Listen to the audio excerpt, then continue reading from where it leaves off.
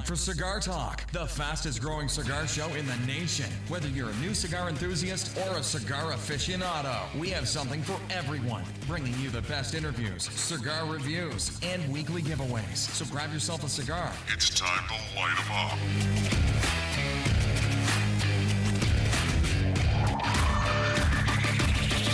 Welcome back, Cigar Talk. I'm your host, Rob Jones. We got co-host Bryant Falconer in the studio. How you doing today, Bryant? Hey, man, I'm doing good. Well, it's been the Christmas holiday. It's been a good week with family. How was yours? Hey, man, it was a blessing. It truly was a blessing. We enjoyed ourselves. Truly did. Yeah. Good. Yeah, I got to go out of town and see my mother-in-law, my brother-in-law, his wife, nephews and nieces and all that good stuff. Had a great time, but I'll tell you what, there's nothing like coming back home. Oh, nothing. Sleep in your own bed. Most definitely. It's just nice to get back in your own bed. You know what I mean? It's that comfort zone, bro. That comfort zone. Yeah, it really is. So anyway, let's get right to it. What are you smoking tonight? Hey, tonight I'm smoking an Espinosa Habano. Oh, you know, that was number 11 on the top 25. Yeah. We talked about that during the interview.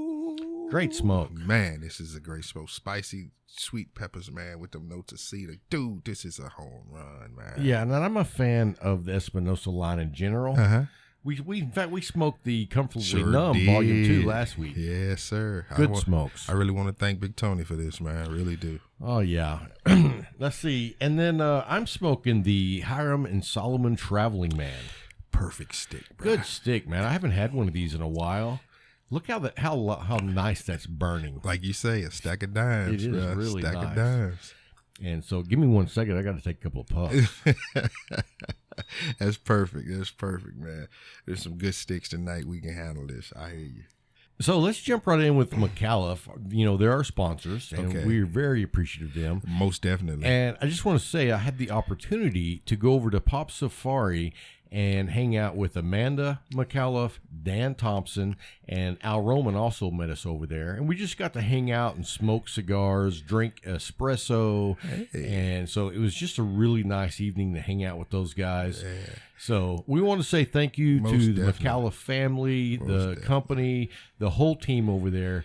It's been a great partnership with you guys, and we just appreciate the sponsorship. They make such a great line of cigars. Most definitely. 4 to 42. And hit every part of your palate. That's right. And so, I mean, they have a cigar literally for everyone. For everybody. Literally. Yes, sir. Yes, So sir. I know we say that every week, but it's like, dude, I mean, there's, and I can't remember exactly, but I think they have 13 cigars in their line.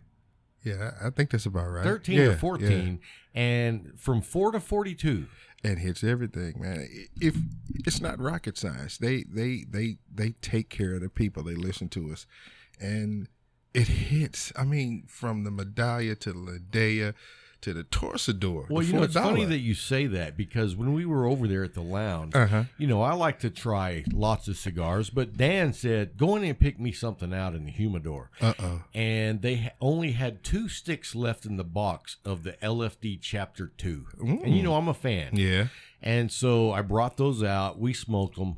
Dude, halfway through, my cigar was tunnel burning so bad that I just put it down. I went in the humidor and immediately picked up a guess what? Medallia. Yeah, and it was the Corona. No, it was the Toro. It was a Toro. It was the Toro, but I was like, you know, I'm disappointed because I go in there to pick out a special cigar Yeah. for someone, Yeah. and the quality control lets me down. And then you go to the Old Faithful, and it's just perfect Every all time. the way through. Yeah. Yeah. And then I'll tell you, then I also picked up a Hiram and Solomon Shriner. Ooh. And then I picked up a new cigar. Uh-huh. And, I mean, even after Dan and Amanda left, me and Al hung out, and we closed the place down. I think I smoked 6 cigars while I was there.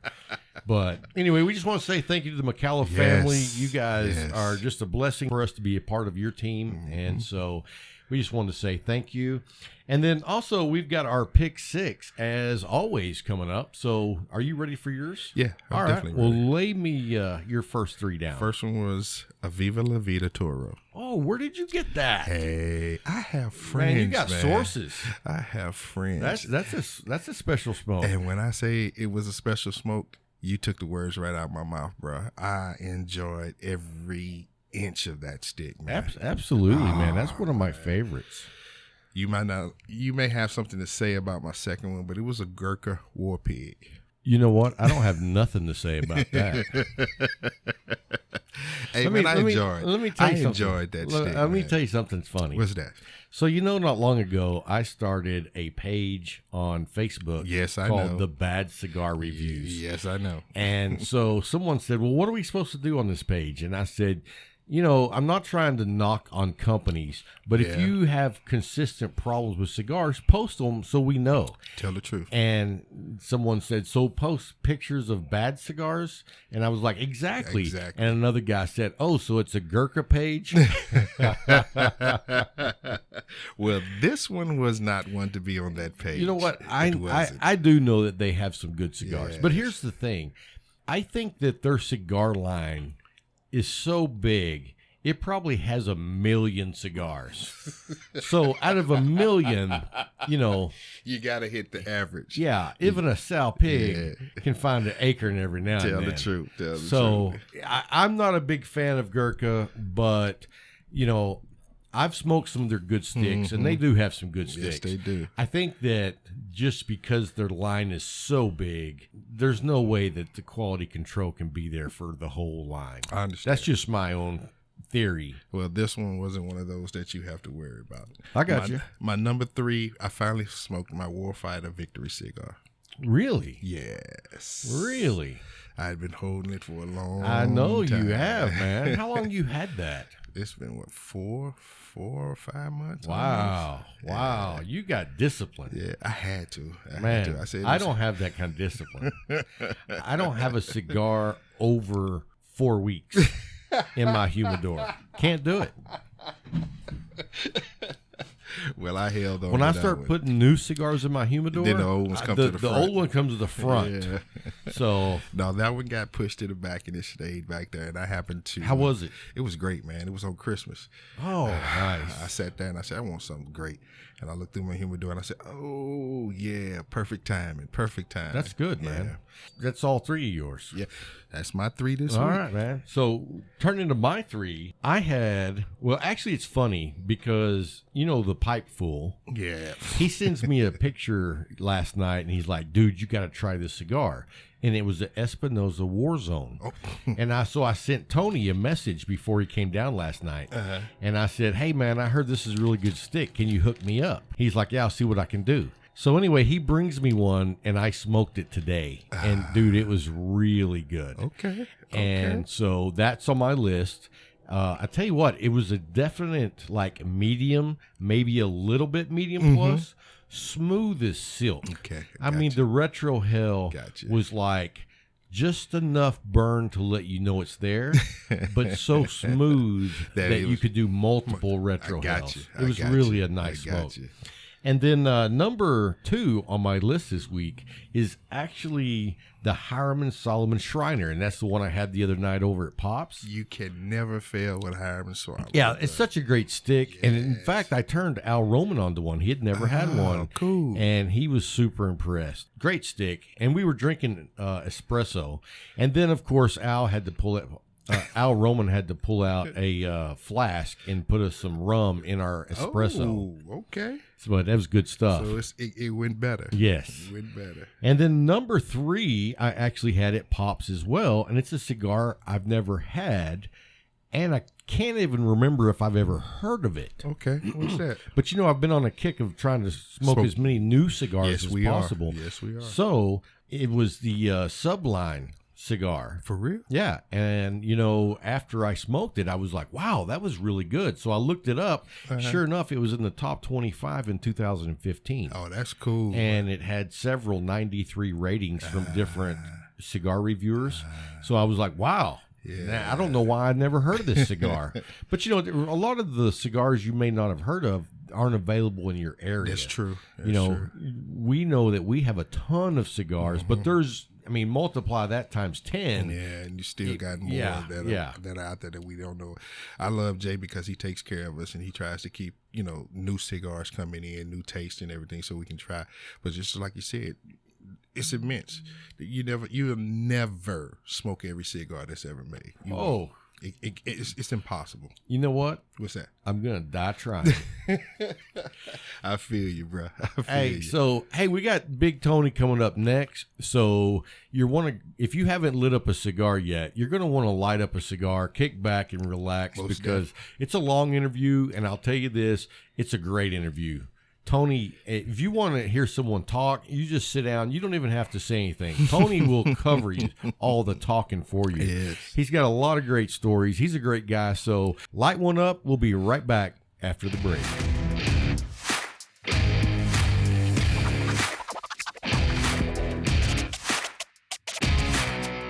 All right, guys, we got Big Tony in the house. How you doing today, Tony? I am good, Mr. Jones. How are you, sir? Man, I am fantastic. I just lit up a cigar that Tony brought me, and it's called the War Zone from Espinosa. A good friend of mine, we know him as Pipeful, actually sent me a picture of this cigar and requested it, and I was like, okay, I'm going to try to see if I can find one, and Big Tony surprised me and brought me one today. So thank you, sir.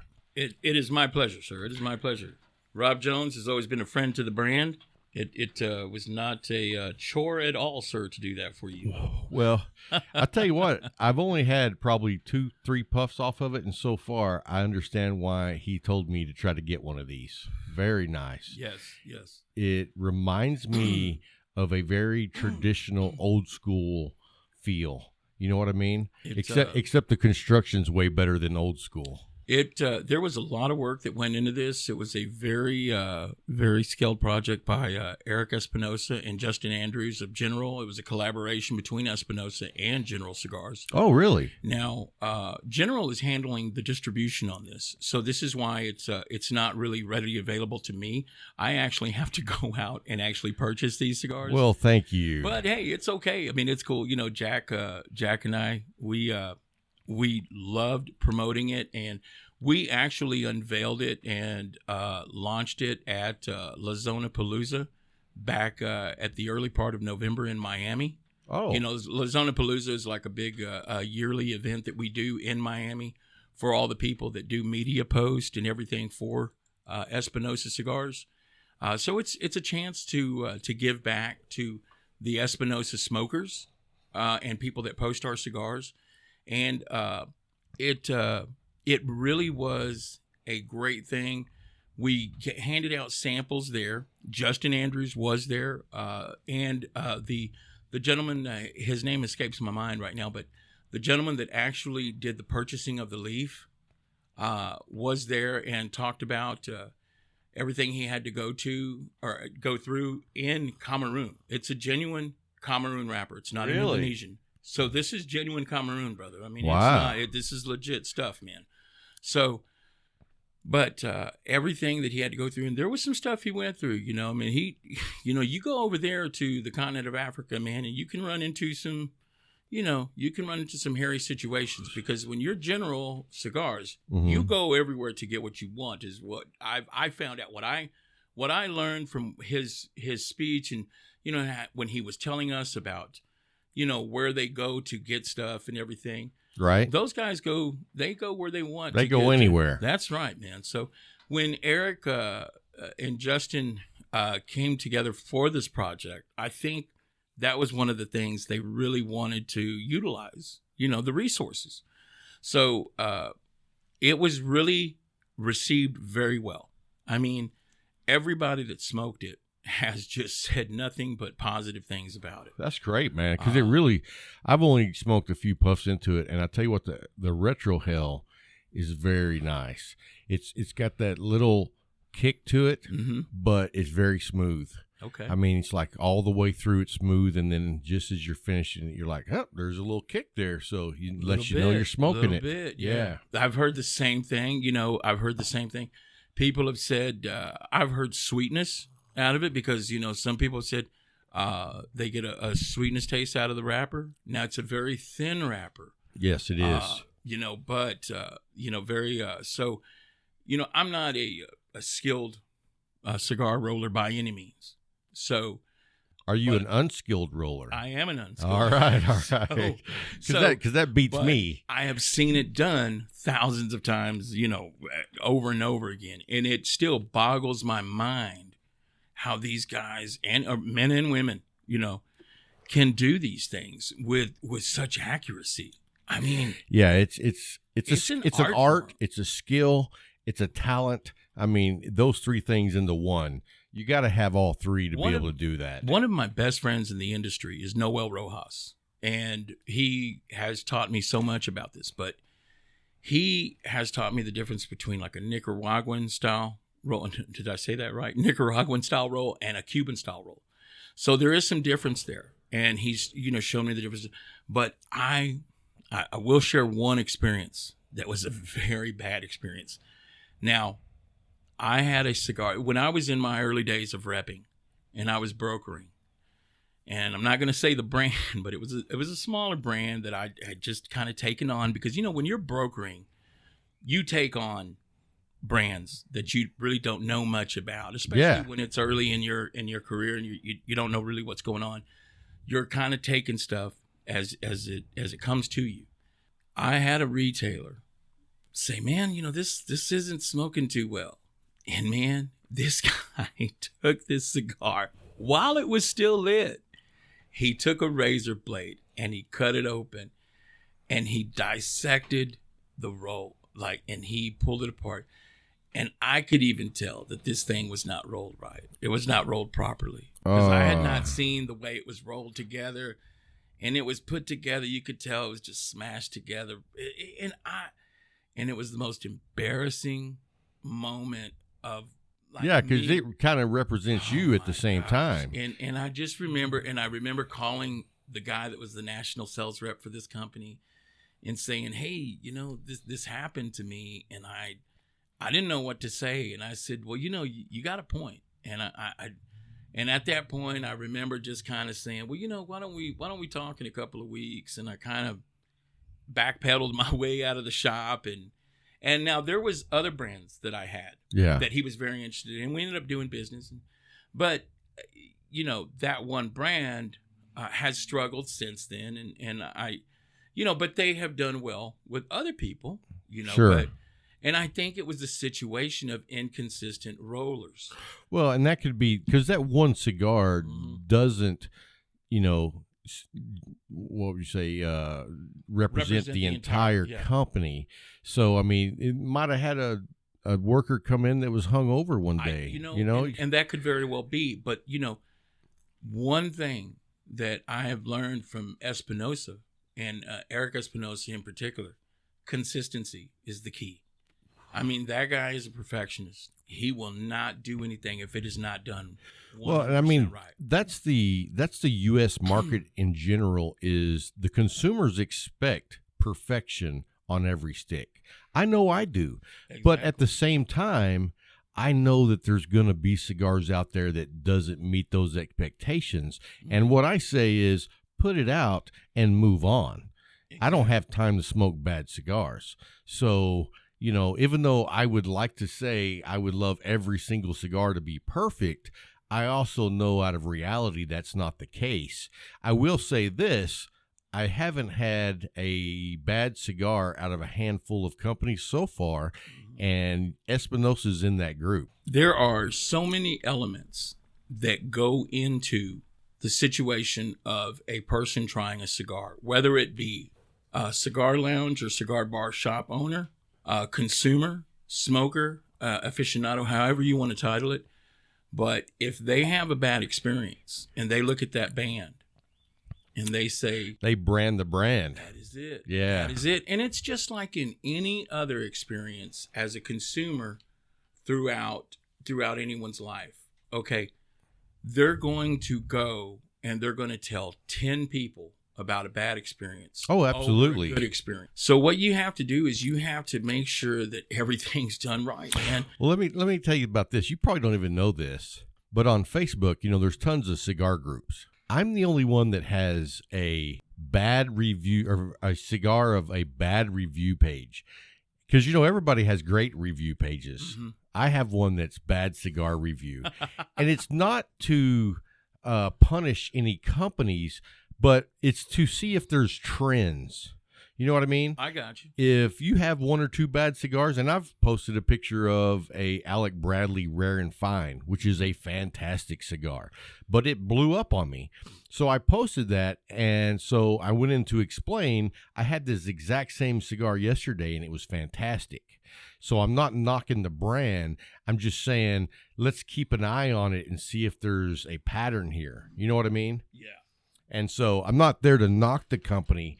I just want to be able to say, you know, if we see a whole slew of, say, Rob Jones cigars out there that are all blowing up on you, then we have a problem.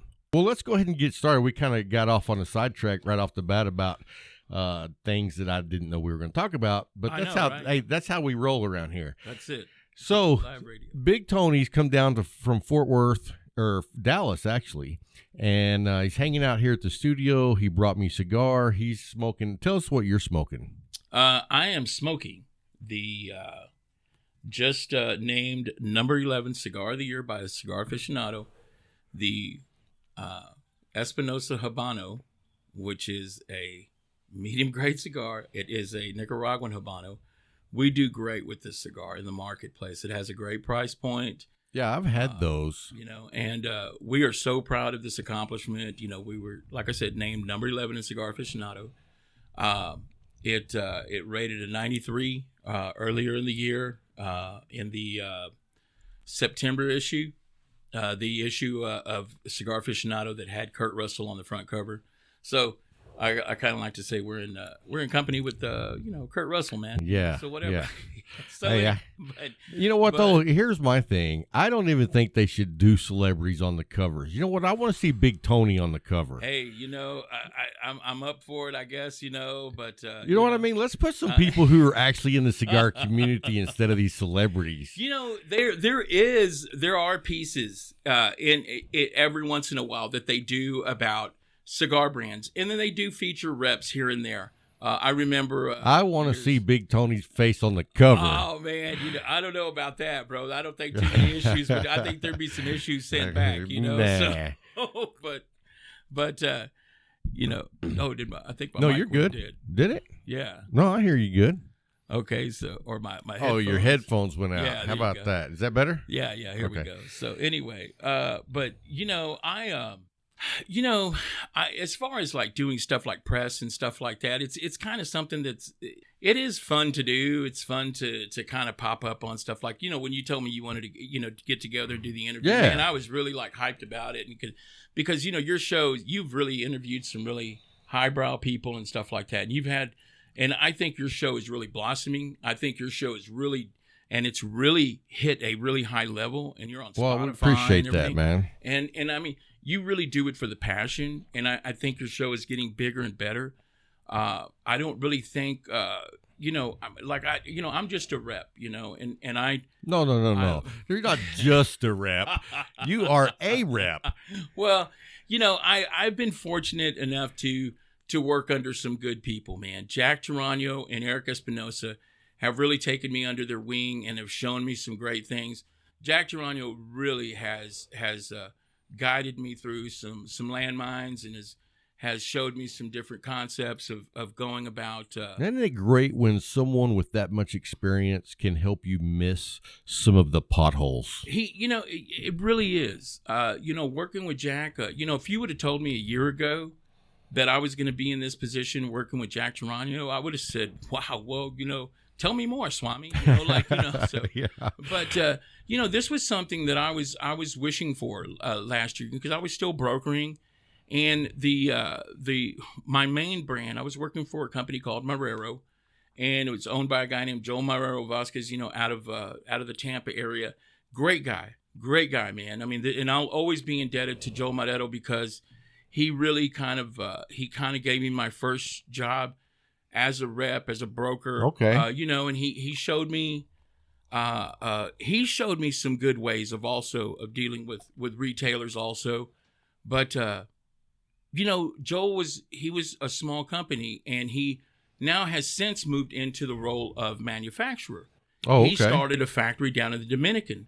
So his focus was shifting more towards building his factory. So the brand was kind of suffering a little because his focus was elsewhere. And Sure. I even asked him, I said, Joe, would you allow me to take over and go and like start working with the Costa Rican people, because that's where his cigars came out of, Costa Rica. Okay. And he was like, well, I don't know if that's a good idea. And I think it was just because he couldn't oversee it. Sure. And he couldn't he wasn't able to take me down there and introduce me and stuff. And so we were really kind of in a standstill. So I was really kind of financially hurting, man. And really what saved my day back then was really working with Noel Rojas. I was still kind of working with him in the DFW cigar roller thing and doing some cutting lights. And I was really because that's how I met you. Yeah. Was through the rolling. Mm-hmm. What were they called? They were called DFW cigar rollers. Yeah, and they have a bunch of pretty girls that know how to roll cigars. And the thing is, what I would do is I would just basically go and do kind of like what I call the dog and pony show with when you're you have these occasions. Hey, how we doing, guys? We come over here and try this, and you kind of just hype it up. And you're doing it at like events that are not Exactly. considered to be like cigar events, but like Exactly. just like Man, sporting events or Brother, when you're a cigar roller, you take events anywhere. right. You'll go to weddings. You'll go to Yeah. birthday parties. So it's a different kind of crowd it than is. what you're used It to is. at the cigar. You are getting questions about everything from, hey, what about Cubans? And, Oh. the old, and that. And, the thing is, really what you have to do is you have to kind of put a different hat on at that point. Sure. And you're talking to them about this and that. And it leads to other stuff. You want to have fun with them. You start talking So did you sports. see that as an opportunity to bring in people to the cigar community that might not You know what? otherwise? You would. And here's the thing. What you would do is you would start talking to them about cigars because it was an opportunity to tell people, this isn't as complicated as you think. Right. Because a lot of people want to try cigars, but they're intimidated. Very. And they don't want to go into a shop and seem like they don't know what they're doing. And I would always tell them, it's not, it's not rocket science, man. No dig on Omar over at Fratello, because Right. he is a rocket scientist. Right. But anyway, and he's a good guy also. But, it is just something that is really something you can try, you can embrace as much as you want to or as little as you want to. It's not something that you have to go in there and be totally educated about. You can learn as little about it as you want or as much as you want. Right. Uh, And there's no right way or wrong way to do it. Mhm. I know guys that don't know. I would say, like, if you're on a scale of 1 to 10, they know number 1 about cigars, and they're happy with that. And you know what? More power to them. And then I know guys that are that number 10.5 that blow me out of the water, Yeah. and I'm like, more power to you. That's not Exactly. me. You know what I mean? Exactly. I love the community more than I love the knowledge of cigars. Everybody, I get razzed about it all the time by my fellow reps, but everybody knows the way I end my videos. Just smoke it, baby. Now, what? And that I is love in- that. You explain that to me. Let's explain that to everyone. Okay, what just smoke it, baby means is at the end of the day, whether you've had a good day or a bad day, whatever, your stress level, whatever, but personal problems, work problems, whatever, you can talk binder, you can talk filler, you can, whatever you want to do. You can talk Maduro, you can talk Connecticut, Habano, whatever you want to do. But at the end of the day, you just want to enjoy the cigar. Amen. You know what you want to do? You just want to Amen. just smoke it, baby. That's it. I love Just that. smoke it. And, whether you're smoking a Kentucky Fire Cured, a Partagas Black, a Espinosa, it doesn't matter. Just smoke it, baby. Mhm. If it's what you enjoy, because I get frustrated with guys that are like, oh, he bought a Blondie. I don't care what he bought. It's premium tobacco. Smoke it up, man. Yeah, my headphones are out. Oh, you good? Yeah, there you go. So anyway, it's almost appropriate that we're talking about the number 11 that we just got, because there were other guys throughout the industry that were posting their top 10, their top 25 and stuff like that. And then some people were chiming in, either giving him a hard time or, or agreeing with them or whatever. And it happened all over Facebook. Sure. And so anyway, my thing was I chimed in on just one of them. And he's a good buddy of mine. It's hard not to chime in sometimes. And, the thing is, I chimed in on another one also, but it was just kind of like razzing a good little buddy of mine over in Lafayette, my buddy Ethan Matthews, and just, but he's a good kid, and I love Ethan, man. He's a good dude over at Cigar Merchant in Lafayette. Anytime you're in the area, you got to go see Ethan. So, but there was one, and I was like, and back and forth and everything, and I was just like, it doesn't really matter what everybody's kicking for it back, and we all have opinions, and I value everyone's opinion. But at the end of the day, it's just what you want to smoke and what you like. The number one rule of everybody's list, everybody's top 25 or top 10 or however you want to define it, it's what you want to smoke, and it's what you enjoy. Yeah. Jack has said all the time, he tells me, hey, he loves pizza, but he can't smoke pizza, or he can't eat pizza every day. Right. I mean, so it's not like we're going to have that one cigar that's all we smoke. And the reason being that you don't want to be a one cigar smoker, in my opinion, mind you, is because you're taking so many other good experiences away from yourself. Is my opinion on that. Well, and I think that's the same way I am. I can't smoke just one cigar because, to me, I enjoy the journey. And if I'm just smoking the same cigar every time, it's not a journey. Exactly. You know what I mean? And so, I can't even imagine how many different cigars I've smoked over the last couple of years. It would be staggering, and I probably wish I had that money back. But regardless. Don't we all, brother? You know what I mean? But for me, that's the whole experience, is trying new cigars I've never smoked before. Mm-hmm. It's kind of like that old song, "To All the Women I've Never Loved Before." Oh, right? Good old Willie. Geez, yeah. But, it's just it goes to the old saying, "Do what you want." At the end of the day, it's to me, it's always been an activity of leisure. It's always been an activity of one that you do to relax. And socialize. Exactly. There's so many aspects of the cigar community, because sometimes I want to come in here and smoke a cigar by myself. And sometimes I want to go down to the Leaf and hang out with my brothers and smoke a cigar. There you go. It is that time that I can relax, decompress, and I can either hang out with good friends that I haven't connected with in a while, or I can come back to my smoke shed and just solidarity. There you go. Yeah.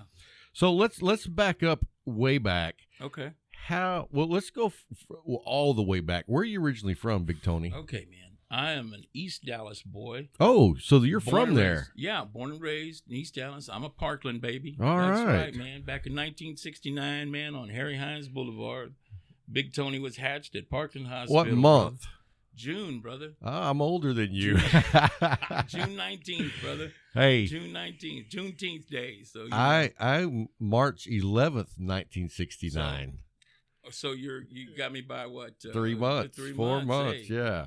Well, it's all right, So, man. hey, 1969, is that not the best year ever? Woodstock, yes, man. Yes. Woodstock with the moon landing, Dude, all that stuff. It was a big year. It was. I look back on 69 and I was like, hey, man, and I always like to say I was around for that stuff. That's right.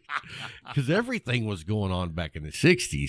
It really wasn't. And I think if you were born when we were born, you got a little taste of everything, because you saw the... Well, you're from the 60s. Yeah. You know what I mean? Even though it was the tail end of it and you were a baby, but still, you get to claim that decade. I remember hearing the things like, oh, you dirty hippie and all that stuff. And I remember seeing the people at the stores, and I remember seeing the signs like no shoes, no shirts, no service. Right. You don't see that anymore, because you used to have the hippies walking around with no shoes on, and they used to have to like, hey, you can't walk in here like that. And I do remember that. Yeah. I remember the things like that. I remember the things when everybody had an American flag on their car. I remember all of that. I remember when when everything was closed on Sunday. I remember when you you couldn't buy alcohol on Sundays. Right. You know, I remember the blue law. I remember all that kind of stuff. You Yeah. know? So I think we grew up at a time when you really you got a taste of the tail end of the Ozzie Harriet days. Oh, absolutely. You know? Well, I mean, we grew up on Leave It to Beaver. Mm-hmm. You know what I mean? We saw the kind of life that that generation actually had. You know? Even though, you know, it was make believe, but that was still their goal. Yeah. You know, and we saw like the birth of television, like the Brady Bunch and everything like that. And then we saw stuff like Welcome Back, Kotter and Three's Company and stuff like, and that was really pushing the envelope. Man. Yeah. You know, I mean, Three's Company was taboo. Boy, they, you know, that almost. Now how about Soap? Oh my gosh, dude. Oh man, I still think that if you were to try to put Soap on the air today, I don't know that they'd let that fly. Think about Archie Bunker Show. Oh my gosh, All there's in the Family. Yeah, there's no way. I mean, they do it now, and they do the, you know, they're doing the remake revamping of it, right? You know, but it's almost just to show you how shocking it was back then. Exactly. You know, I saw a post on Facebook the other day, and it had a picture of Carol O'Connor on there with, you know, doing the Archie Bunker character holding a cigar, and it just said on the post, you know, you people couldn't handle me, you know, today. These days, yeah. You know, these days, yeah, you know, and he's right. Oh, yeah. And also the Jeffersons. Mr. Jefferson pulled no punches. Oh, heck no, man. You know? I mean, and there were words said on that show that, whoa, man, you could not say that stuff, you know. And I mean, it was just, boy, the 70s were so rich. You know what I mean? Everything. And if you think about everything that went on back then, and America was in such, you know, there was a part of the 70s, man, that I remember, you know, and I say man a lot, and Jack gives me such a hard time about that. He's like, and I'm just like, you know, but I'm from the 70s, man. You know, so anyway, but I remember the gas lines. Oh, yeah. I remember the Iranian hostage situation. With Carter. And I remember the inflation. And you remember with Ronald Reagan getting shot my gosh. while you were at school. Yeah, you know, and that was at the beginning of the 80s.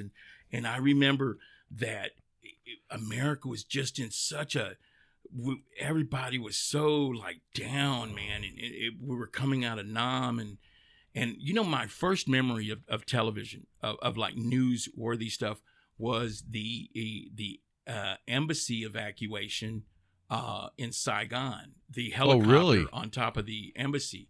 I don't remember the Nixon, you know, the peace signs. Yeah, you know, I don't as either. He was getting on the helicopter. I don't remember that, but I remember seeing Ford and the assassination attempts. You know, you remember when like when they took he got, you know, shot at like twice in like, it was like something like 6 weeks or something like that. Like, oh my gosh, what's going on with that? So, but I do remember, you know, major events like that. And then I remember just like, oh my God. And I even as a kid could see, wow, man, people are really down on this country. And then I remember the satirical points made by Saturday Night Live. You know, Gilda Radner and Dan Aykroyd and John Belushi and Chevy Chase and Bill Murray just ripping the politicians, you know. And if you look at our society these days, it almost mirrors what's going on. It really does. Then.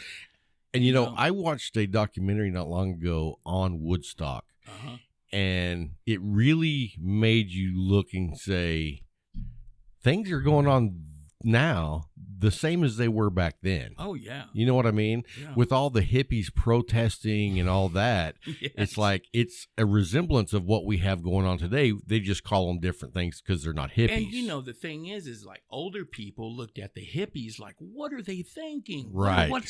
What's wrong with these hippies? What's in their mind? What are they, you know, and it's like the same way like older conservative people look at these younger people and they call them millennials or whatever, however they're identified, you know, and it's the same type of situation. And you have protest in the streets that look, I think it just comes down to a generational gap. I think so. And I think, you know, my whole philosophy is about this whole thing is keep your side of the street clean. Do well by yourself. Do well with others, treat people with respect, and I think we'll be okay. I agree. I think that's right where you have to be. And other treat people with dignity, treat people how you want to be treated. And that's one of the reasons that I love the cigar community so much, because I think you find that just so much more than anywhere else is the respect of your fellow cigar smoker. You got know what guys I mean? from every walk of life sitting in chairs around shops and lounges all over the country. And you know what the common bond is? Belief. That's right. And Absolutely. that's it, man. And that's what is so great about this. And that's why I am so, so happy, and I feel so fortunate every day to wake up and work in an industry that is this, that is the cigar. It's a blessing. It is. You have no idea. I mean, how thankful I am to have gotten the opportunity to land this position with Espinosa. And well, let's back up a little bit, or I guess fast forward from your childhood. When did you actually get into the cigar industry? Okay. I was working as a bar manager. I was working for the AMC movie theaters. I was a DM for them, and I was going from bar to bar, just kind of overseeing the bars and checking this and checking that, and working shifts at the bars and stuff. And I had been in the bar and restaurant industry for a long time, and it was kind of like my fallback position. I'd been in the culinary industry. I'd worked as a chef and all kinds of stuff like that. And I'd worked at the American Airlines Center running the Admiral Kitchen. And oh, nice. And, that was the kitchen that cooked for the suites and all that. And I coordinated with the suite runners and, worked under the two executive chefs that ran the entire arena. Oh, wow. Well, it got to a certain point, man, to where I lost my passion for culinary. And I was just done. You're burnt. I was burnt because you have to want to cook, to be able to be back there and man, working your grill and your saute station. And I was coordinating, like I said, and I was running the kitchen and making sure everything had that I had people working prep. I had people on the line, and I was doing this and that, and I was coordinating so I was walking around the kitchen, making sure everything was okay. And every once in a while I had to step in and do this or that. But for the most part, I was done with that. And I was still, and what happened was I'd taken another position at the Holiday Inn, and I got coaxed in. See, once you get into the restaurant industry, or once there's always a job somewhere for you. And the thing is, you take on a certain position and you get added responsibilities eventually. Eventually they're going to heave this on you or heave that on you. Well, the same thing happened to me at Holiday Inn. And I started working for, next thing you know, I'm an F&B director at the Holiday Inn. And I'm just like, oh man, how did I get here? Oh my gosh. Yeah. How did they talk me into this? And so I'm not enjoying this at all, so the same thing happened to me at the AMC. I picked up a position close to my house. Next thing you know, I'm running 7 theaters, and wow. and it's just like it's like, no, man, So anyway, I remembered I had started smoking at Renegade Cigar Lounge. Oh, okay, nice, yeah. Okay, so I approached Brandon Hayes and I said, hey man, do you ever need part-time help? And he said, well, every once in a while, man, I do, And so he said, I tell you what, man, just leave me your info, and you never know, something might happen. Well, about a week later, his manager got a job offer in California. So he calls me out of the blue and says, Tony, why don't you come out, man? He goes, I got a sudden opening, and why don't you come out and, we'll talk. And we sit down and we talk. And I had limited cigar knowledge. I had just been a casual smoker over the years, but I had been smoking on and off since my early 20s. But therefore why I'd stopped smoking for years. So anyway, I'd been back smoking for a few years, and I was really getting into it a little here and there. And I loved going to Renegade, and there was a guy there named Vaughn and a guy named John, and they were his workers, and Brandon had just bought the place, from the other owners. So I started working there like 1-2 nights a week. Well, next thing you know, a few months later, Brandon's got me on the schedule pretty much all week. And then I stayed there for a couple of years. And then I get a job offer to go somewhere else to another place. Okay. And a guy wanted me to run the cigar lounge, and he needed someone to run the bars for him. It was a chain of cigar lounges, up in Smoke. Oh, yeah. So I smoked at the one, I think, in Louisville. So that was the one that I ran. Okay. And I built the new one, and, closed down the old one, built the new one, and then we built the one out in Las Colinas, and then we did a renovation at the one in Little Elm. And so I was able to get some experience doing that, and then I left there, and it was really it negatived out, and it was just not it wasn't again. It wasn't the ideal situation. Now, since then I've talked with Dan and we've shaken hands, and it's all good, man. And I understand, sometimes things just don't work out, but you still remain friends. Absolutely. And that's the way I like to leave things. I don't like to leave things bad, So Dan and I, last time we talked, it was all handshakes and hugs and, and wishing each other well. And so I feel good about that. But so I go to work for Jay Davis at Blue Smoke. And I'm also doing stuff for Noel. And, I'm almost like a cigar mercenary at this point. Right. Man, just and I'm selling cigars, here and there, man, to some sports bars in the Louisville area and the Capel area. Guys that want to do stuff off the cuff, and you know how that kind of stuff goes. And so anyway, one day, my buddy Jeff Peters decides he wants to open a place out in Rowlett. So we're just kind of putting the place together. And he says, "Hey man, I got a guy coming in today. He's going to pitch his cigars, and it's Joel Marrero." And I'm just there. And he says, "Hey Tony, sit in on this with me." So I start talking with Joel and asking him questions. And then at the end of the whole thing, the sales pitch, he looks at me and he says, "Hey man, do you have a card?" And I said, "Yeah," and I give him my card, and, and he calls me and he says, "Hey man, I need a good guy here in Texas." He goes, "Have you ever worked as a rep?" And I'm like, "No," but so anyway, that's how it all kind of came together. We talked, and, we were kind of able to put things together. And about a month later, he hands me a Ziploc bag full of cigars and a price list, and says, "Go to work, man." And that was it. That was my training, and he went out with me to a few stores here and there. But pretty much the most part, I had to figure it out myself, and he talked, about the blends with me a little bit, here and there. But for the most part, I mean, I had to. Now, a lot of other reps too. Yeah. Is that from my days of retail, I got to know all of the other reps. Right. Brian McGee, and Fish, and, Gordon over at Rocket Patel, and, Albert Cisneros, and Jerry Catrone. And, Jerry Catrone's a good friend of mine. And Fish's experience and his knowledge has always been invaluable to me. I mean, I've always reached out to him for answers, and guys like Brian McGee, and Brian is just a great guy. He's always someone to look up to and to ask questions for. And Paul Costa over at Oliva. I mean, these guys, they've been doing it a long time. Let me tell you something, man. These guys that I've mentioned, their friendship and their camaraderie has just been invaluable to me. And I've met guys like AJ Costa, and I mean, the list goes on. But and then there's been new guys that come around. Like one of the guys that comes to mind, that kind of came into the game at the same time I did is Guillermo over at Christoph. His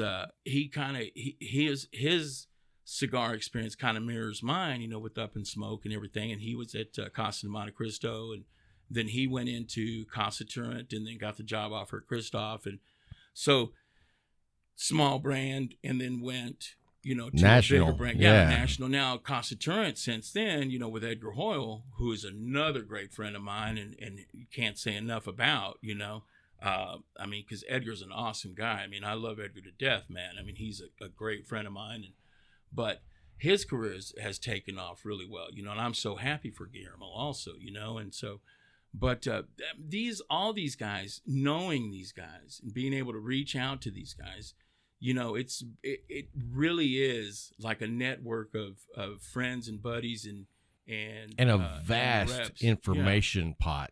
You know what I mean? Exactly. Because how many times you call up and talk to these guys that have this huge amount of experience Exactly. and got information from them? Exactly. And that's what you do. And you always, and you got to make sure that you avail yourself to them as well, with information. If they reach out to you and say, hey man, do you know anybody over at this place or that place? You always want to make sure that you're able to return the favor. And because there's going to be times when you're going to need their help as well. So, you always want to have that kind of like that open door policy with Absolutely. your fellow reps. And that's just all there is to it. You always want to make sure that you're on good terms with them. You always want to make sure that everything's done in friendly ways. And really, to be honest with you, there's a couple of guys in there that have really grown to be good friends of mine. Right. And I consider them all friends, but there's a couple in there that really, to be honest with you, I mean, there's friends for life, man. It's just that way. It's almost like having that next step of the cigar community. It is. You know what I mean? And it really kind of mirrors, the brand owners. If you start noticing, all these brand owners know each other. Oh yeah. They all know each other, and I'm sure they reach out to each other and they talk about this or that, because to me, negative vibes, man, they just hold you back. Absolutely. And it's oh man, there's one thing you just don't. Well, have. even in this industry, I talk to a lot of other podcasters. Oh, I'm sure, yeah. Because we share information. I try to help the guys that are just getting started by saying, hey, make sure you don't do this, or hey, make sure you don't do that, because it'll help you, miss that pothole that I stepped in. And so it's the same type, and I don't know if that's how it is with all podcasters, but all the podcasters that I deal with are in the cigar community. There are things that are known about certain shops that you have to maintain certain etiquette in. Right. That is invaluable. That you have to. There's a shop that comes to mind. I'm not going to say the name of it or where it's located, but if you walk into this guy's humidor, do not touch anything. And every rep that I talked to, which was 3 reps, that was the first thing that they said. Don't touch. Now, when you walk into this guy's humidor, don't touch anything. So I made sure and not touched anything when I walked in. And there's things that they will tell you. Hey, look, don't go on this day. Go on this day because, he'll be there at this time. Because you always want to make sure there's one thing. They know that shop's routine. Exactly. And there's one thing that Jack Tarano has always told me.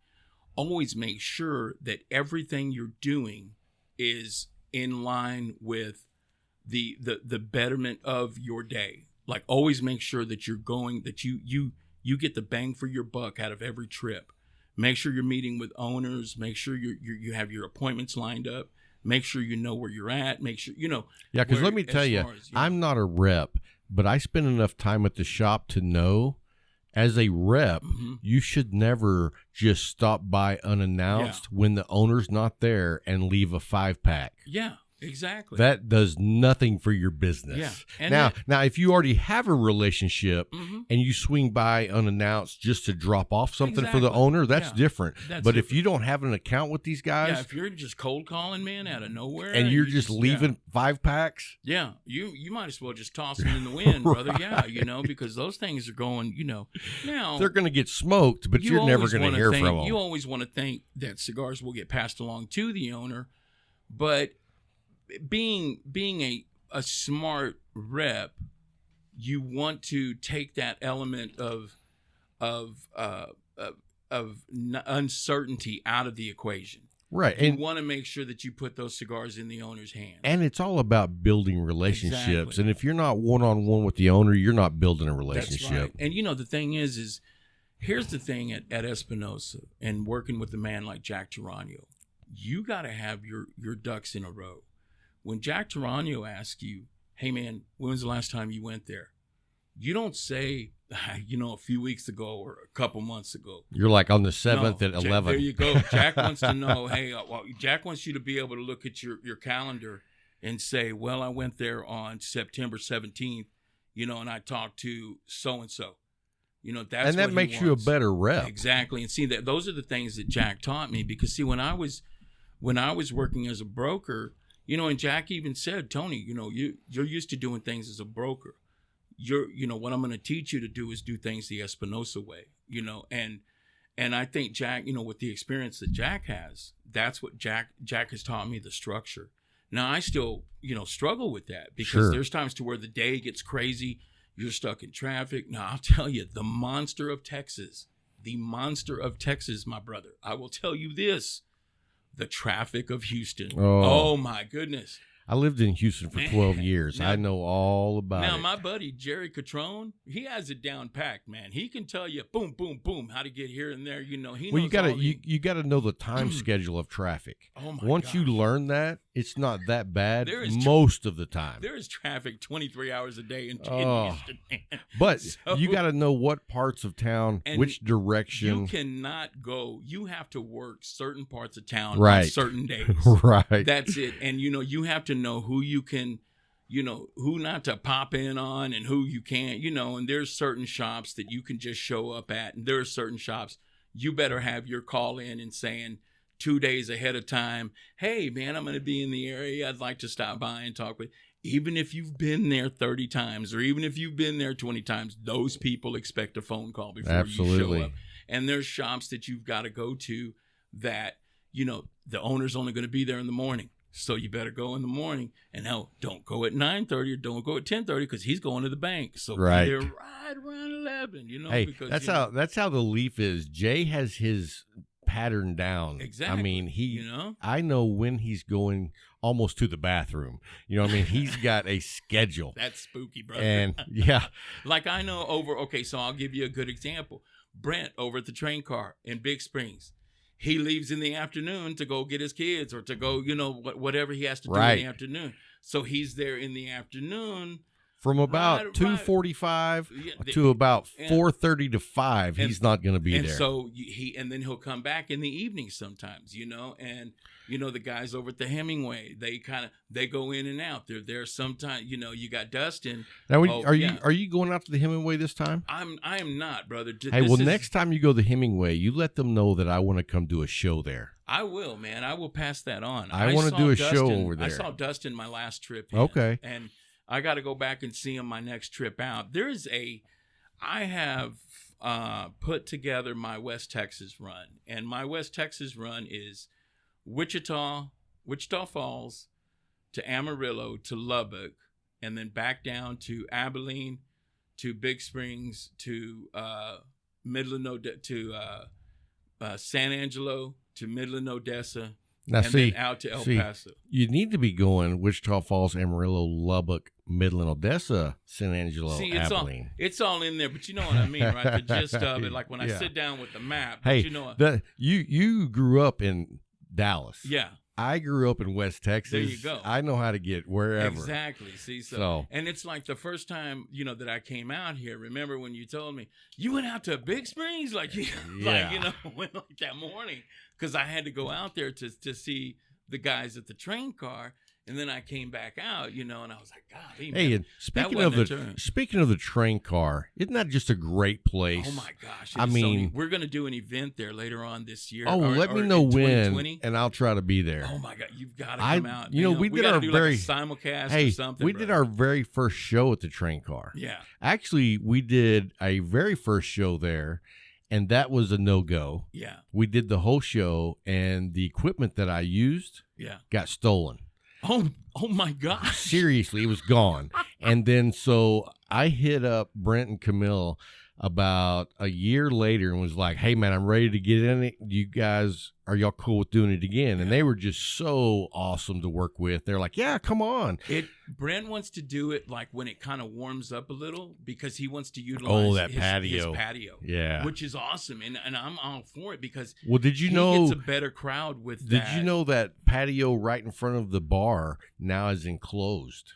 He was saying that, that he was going to enclose it. Yeah. But he still wants to do that it. Big open courtyard is amazing. Oh, my gosh, it is. Like when you pull it, And people don't realize it's really train cars. Yeah, It's yeah. really, it is not just a name. Right. It is real train They cars. have 2 box cars and Yeah. 1 caboose. Exactly. You go there and you are going and you are smoking and drinking in train cars. Yeah. And then they have the small little upstairs, like a little porch, right? Yeah, that's the And little then- patio.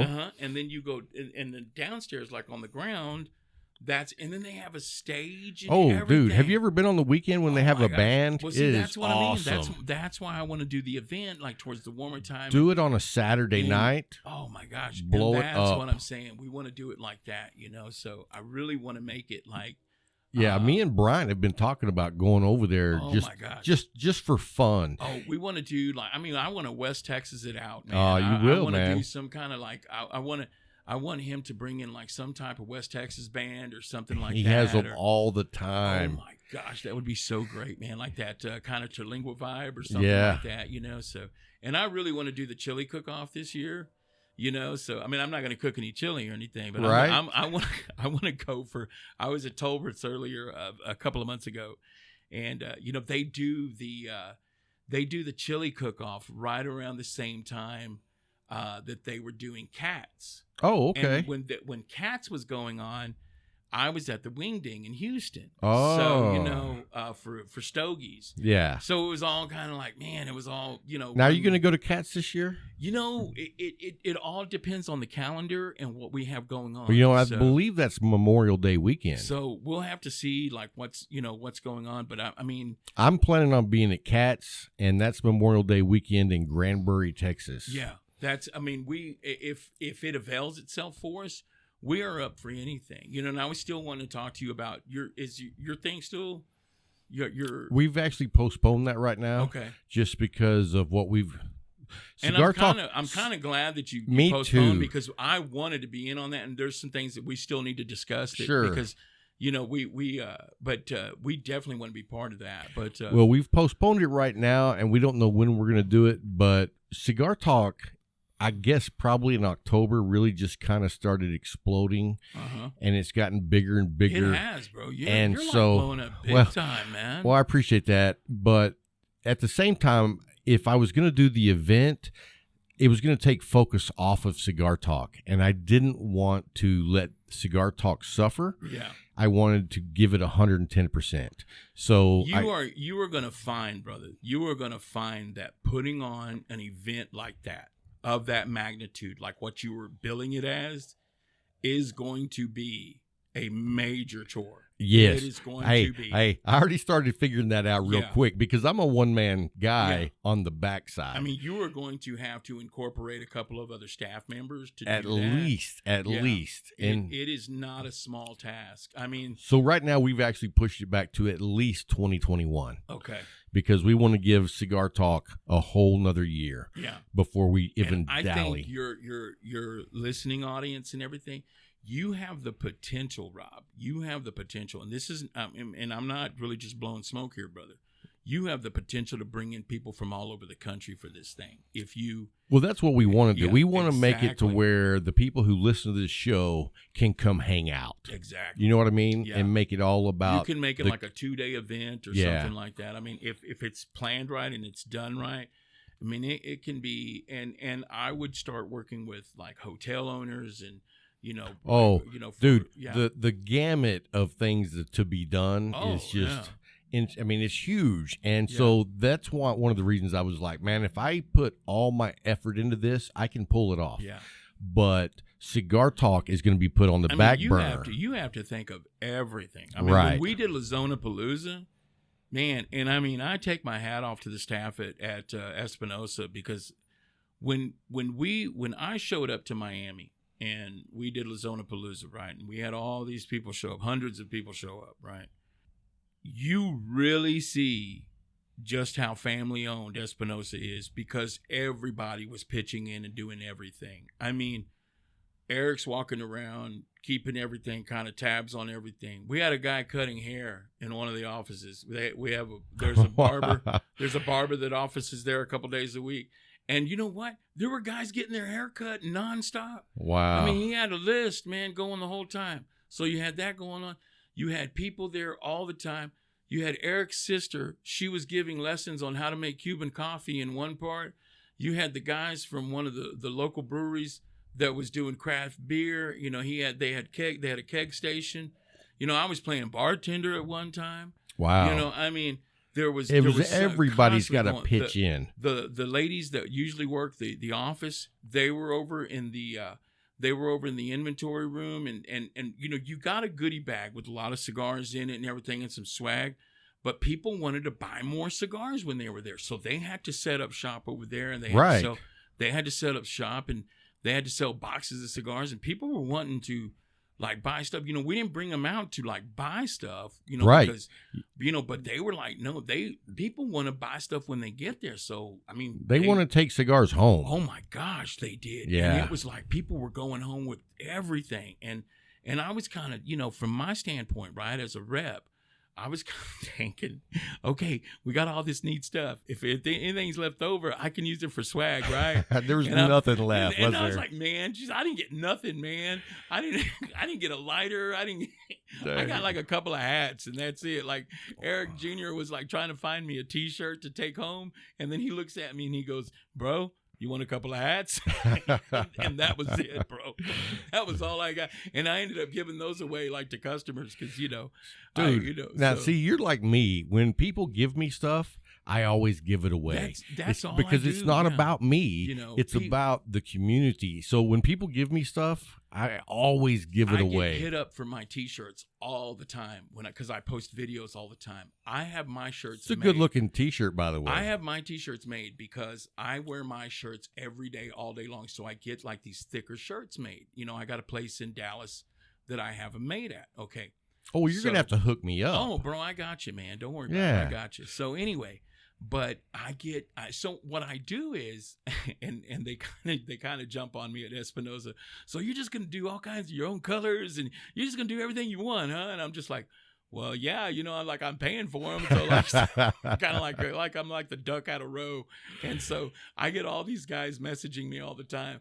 Tony, send me one of those shirts, man, and you know, so I got like a list of guys I got to send shirts out to, and like you know. Well, and I say thank you because last time Big Tony came through, he gave me one, so thank you, sir. You got it, brother. Hey, so before we go though, I want you to tell all the cigar people out there that are sitting in their lounges and they're wondering, man, I wonder what it's like being a rep. Well, I'll tell you this. Because you know what? There's tons of guys out there thinking, man, I might want to do that. Okay. And I was waiting for you to ask me that question because to become a rep, okay, first of all, it's something you have to work your way up to really do it right. I'm not saying you can't just sail under a lucky star and get a job as a rep because that's happened. But usually the way it works is you get a job at a cigar lounge and you learn how to work cigars. You learn about cigars. Eric Sr. even said that he made Eric Jr. work at a cigar lounge before he went to work at Espinosa. Oh, really? Yes. So because he wanted him to have the experience. That's education, man. Exactly. So, and now Eric Jr., practically helps run the company.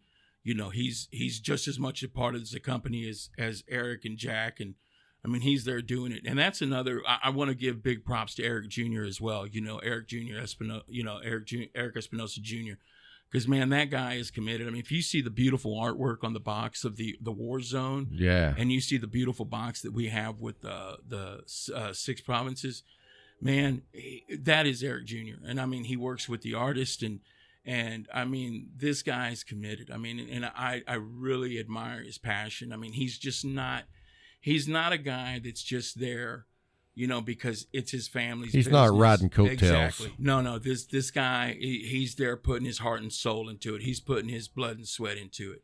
Eric Espinosa Jr. really, man, is there doing it. Hector Alfonso, our guy that works with the blends and everything, and is kind of like the liaison between Nicaragua and Miami, and does things, kind of is like a jack of all trades there.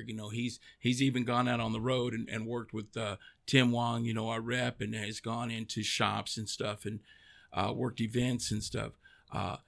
these guys do it for the pure passion. They love this company. They Sure. and now we have Richie Riot.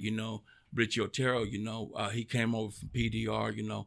And I love Richie Bryant, man. I mean, this brother is solid, man. I love this guy, and I got to meet him briefly when we were in Vegas at the trade show. And then, he chose a different path and he came on board with us. And I mean, Are y'all going to the trade show this year? We are probably, I'm sure we are, but we're going to TPE in January, at the end of January, also Right. in Vegas. So it's one of those things. The trade show is one of those things that you just kind of, I think you have to do it just to maintain your presence in the industry. I gotcha. I don't really think it's a big moneymaker, just from my standpoint, from what I've seen and what I've heard from other cigar companies out there. But it's just one of those things you have to do to be in the cigar community. Well, it's just so expensive to go. It is. And to set up a booth and lot all of the people- travel, the hotel, the There is. meals. And I'll tell you what, man, Eric Espinosa, man, much to his credit, man, he doles it out for you. I mean, he takes care of us while we're Yeah. out there. I mean, that guy, he spends some coin, man. I mean, he takes care of us. He takes us out to eat. He pays for our rooms. He pays for our airfare. So what do you think the main benefit for a cigar manufacturer going to, let's say, IPCPR or PCA as it's known this year? Exposure. Just exposure. That's all there is to it. I mean, you have to be out there. Well, and the thing People about have it to is, see you. in today's landscape, with all the anti-tobacco, Mhm. there's not a lot of places to get that exposure. Exactly. So I can see the value of having a presence there for Yeah. that.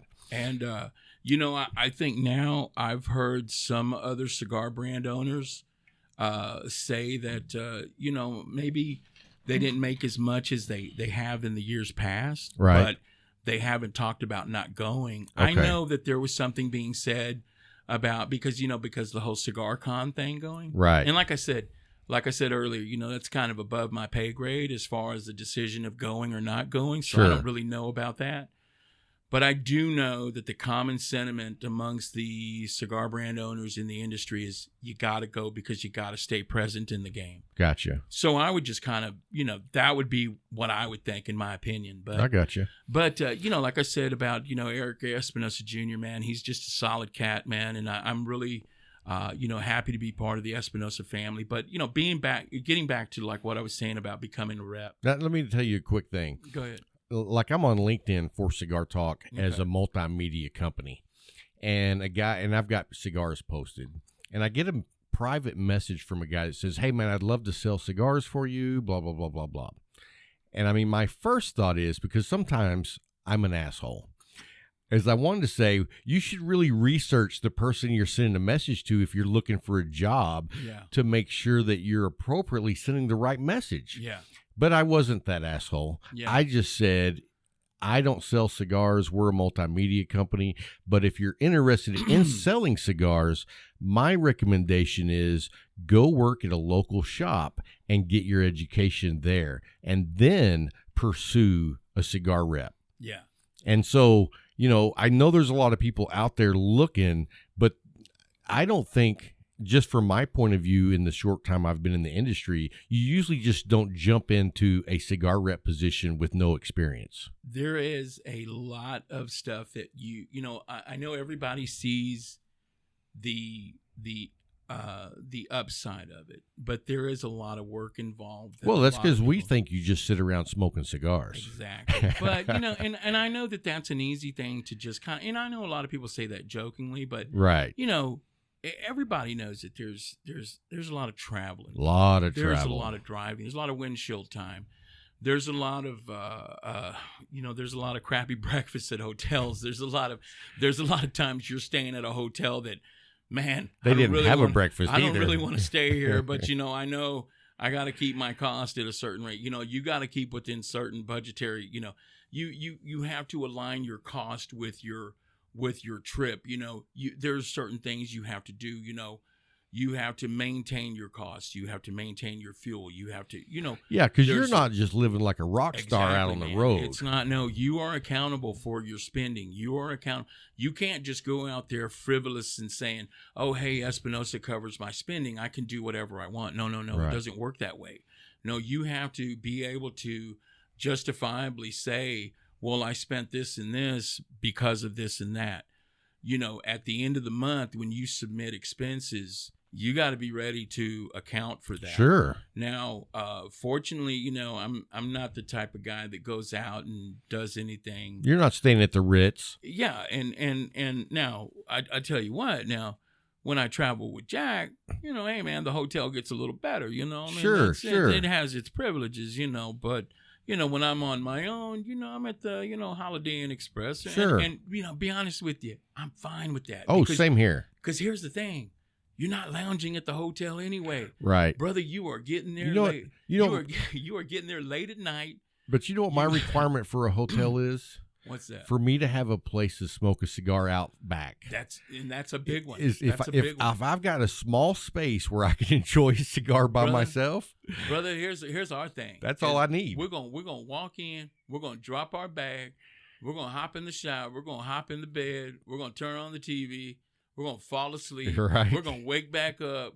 And we're gone. That's See, it. There ain't no. Well, for me, regardless of when I get there, Yeah, I got to go outside and smoke a smoke. I got you. Before I go to bed. Every once in a while, I get to do that, but for the most part, You're beat. it's hit. Well, It's, I know. We were going to hook up once before, and you crashed. I did, and I was like, and that's it because of all the driving and everything, and when you're, and that's why I'm saying. You like to schedule your trip to where you are hitting lounges while you're the whole time you're out there. And like when you're in West Texas, the lounges can be 2 to 3 hours apart driving time. Yeah. So I mean, if you hit 3 in a day, you knocked it out because that's 9 hours just to and drive when you come time. out to West Texas, you got to go see John Sullivan out at Piper's Haven. I mean, right, Smokers Haven, yeah. Piper's Haven is out in Lafayette. That's oh, her okay. name. Yeah, so Smokers Haven was the very first tobacco shop I ever went into. Really? Yeah, back in whenever John Sullivan, man, I love that guy. Oh, man. John He's is awesome, gold. Man. Do you know his history? His granddad got into the tobacco business. Really? And I know that's right. They've been doing it for years and his years and years. His dad used to drive a delivery truck of tobacco to grocery stores. Wow. I mean, picture that. Yeah. You're going in and delivering tobacco just like people, delivered like green beans. The first time I met John Sullivan was in Vegas, and I knew that his shop had been around forever and a day. So I knew better than to approach a man like John Sullivan with, "Hey, let me show you this and let me show you that," and I didn't want to give him all that. And I knew he was already on our customer list. Yeah. And he had been an Espinosa customer for a long time. So I was already working an appointment. I already had him because I had set him up at a certain time.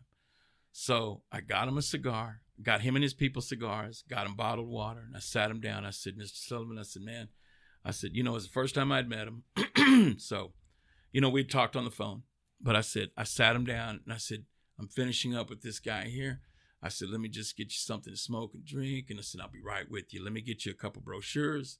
They were looking over the brochures. "I'll be right with you." He says, "No problem, Tony." No, and he sat down.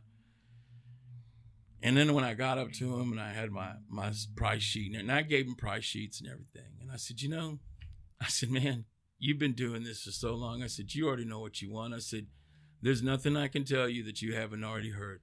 You know your shop better than I ever will." I said, "You just point to it and tell me how much of it you want, and I'm just here to write down the order." Right. And he looked at me and smiled, and he said, "Finally." And he said, "Appreciate that." Yeah. He was just like, "Okay, I'll take 5 of these. I'll take 5 of those." He knows exactly how much inventory he has. Exactly. He knows how much space he has. And that's what it comes down to. It's like, yeah, I'd love to buy 500 boxes, but what am I going to do with that? Some owners, you just have to approach a certain way. They already know what their shop is capable of. Now, the first time you've met him, I don't know about you, but the first time I met him, if you had never met him before, I was a little intimidated. You know what I mean? Because this guy, strong presence. he has a strong presence, and there's so much experience there that you almost feel like, and I don't think he's thinking this, but you feel like he's thinking, who the hell is this guy? Yeah. You know what I mean? But then as soon as you talk to him, he's a great like guy, man. just the nicest person on the planet. Whenever I talk to him now, it's like, hey, John, how you doing? Hey, Tony, come on in, man. Yeah. And last time I went and saw him, he was like, hey, Tony, come on in, sit on down, and, and we had coffee, and, all right, Tony, well, come on, let's get you in order. I actually had him on the show, and I think the day I went and did an interview with him, I think he made me like 6 cups of coffee while I was there. Just so nice. You know what I mean? Yeah. Every time he would see I was out of coffee, he's like, "Can we make you another cup?" I think initially, I just wanted to show him that I had respect for him and his shop and his experience and everything that him and his shop stood for and what he's been through, and that he had that market out in Lubbock, and that he knew what he, you can't, like I said. Because I think Smokers Haven, I want to say he said they opened in 68. Something, I know that they've been there forever and a day, man. So yeah, I think my first time into Smokers Haven was probably about 1985, maybe 84. So with shop owners like that, and that does repeat itself at different shops. You just basically, you kind of let them do their thing, and you just kind of, and now when they ask you questions and they start asking you about newer stuff, well, then you turn it on and you give them what they want to know, right? There you go.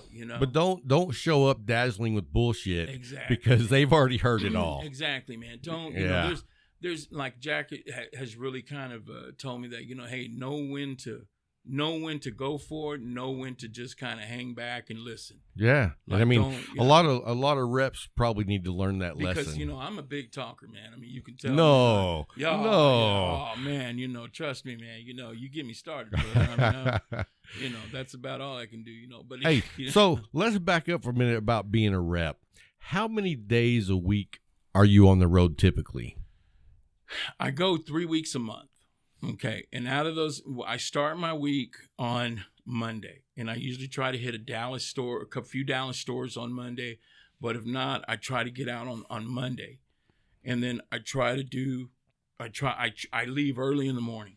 Now let's back up.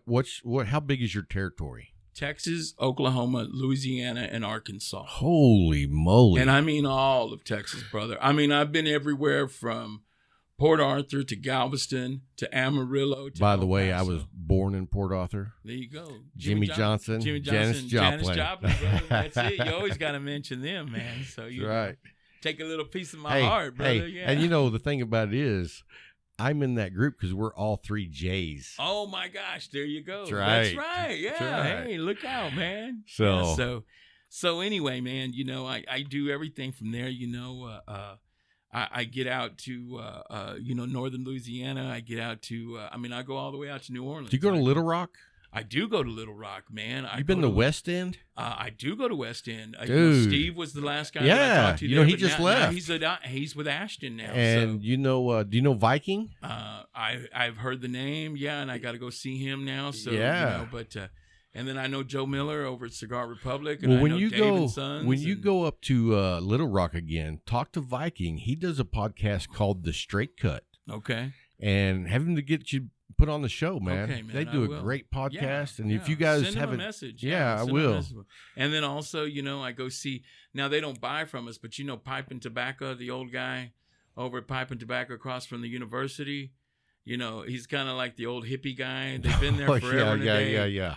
But I always go by and just say hello to him. Sure. Man. He's a nice old guy, but they have plenty of Tarano there, but it's like. You're right. And he always tells me, hey, tell Jack I'm selling his cigars. I'm like, yeah, will do, buddy. Thanks a lot.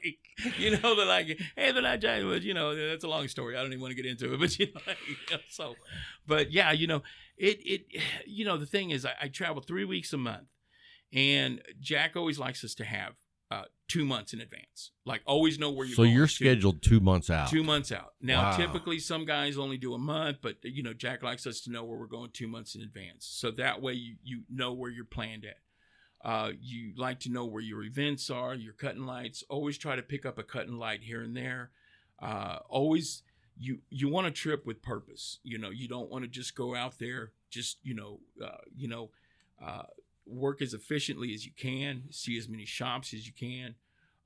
Always, documentation is a big part of it. So how does it work as far as what's your company's expectations of you as far as interaction with actual consumers?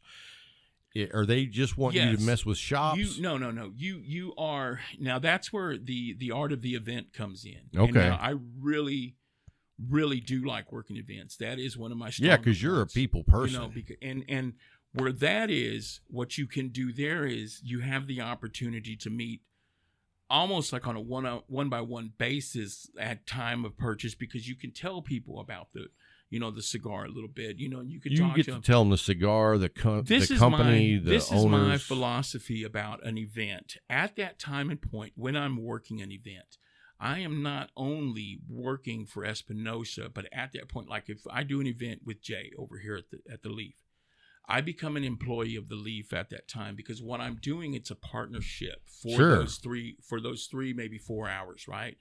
What I want to do is I want to create an experience for everybody that comes in that door, because what I want them to do is I want them to say, man, people that are coming for the first time, right, and people that are coming for the second time, maybe or third time, we had a really good time over at that place. What was it called? The Leaf. Yeah, remember we met that guy, Tony. He was selling those Espinosas. You know what? Let's go back there. We had a good time there. You have to create an experience for them. You can't just stand there by your table and expect, No, those are the worst.